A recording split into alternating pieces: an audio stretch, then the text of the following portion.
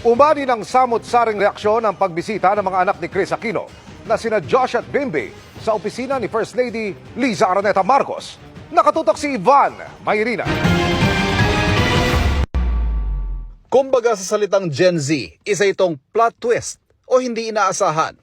Si First Lady Liza Araneta Marcos binisita ng mga anak ni Chris Aquino na sina Josh at Bimby sa mismong opisina ng unang ginang. Sa social media account ng First Lady, pinost ang mga larawan niya at ng magkapatid, sabay caption ng pasasalamat sa paglaan ng oras para mabisita siya. May pasalubong din daw ang dalawa, bagamat hindi malinaw kung ano ito.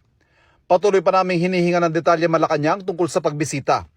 Pero sa comment section may mga nagulat at may natuwa sa pambihirang pagkikita ng manugang ng yumaong Pangulong Ferdinand Marcos Sr. at ng mga apo ng yumaong Senador Ninoy Aquino. Bagamat hindi naman ito ang unang pagkakataong may interaksyon sa pamilya matapos ang People Power Revolution.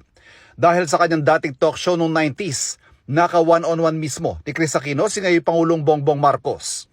Nung pumanaw si dating Pangulong Cory, dumalaw naman ang Noy Ilocos Norte representative na si Bongbong Marcos at kapatid na si Aimee. Sa social media rin ng unang ginang ipinost ang pagbisita naman nila ni dating First Lady Imelda Marcos sa Marikina Shoe Museum. Caption niya, ang gagaling na mga sapatero ng Marikina. Sabay puri sa mga nasa likod ng Marikina Shoe Museum. Bagamat nagtatampok sa mga sapatos sa gawang Marikina, highlight ng museo ang bahagi ng shoe collection ng dating unang ginang na tinatayang aabot sa 3,000 pares. Sa isang punto, umabot sa mahigit 700 pares ang sapatos ni Imelda ang i-display sa museo. Para sa GMA Integrated News, Ivan Mayrina, nakatutok, 24 oras.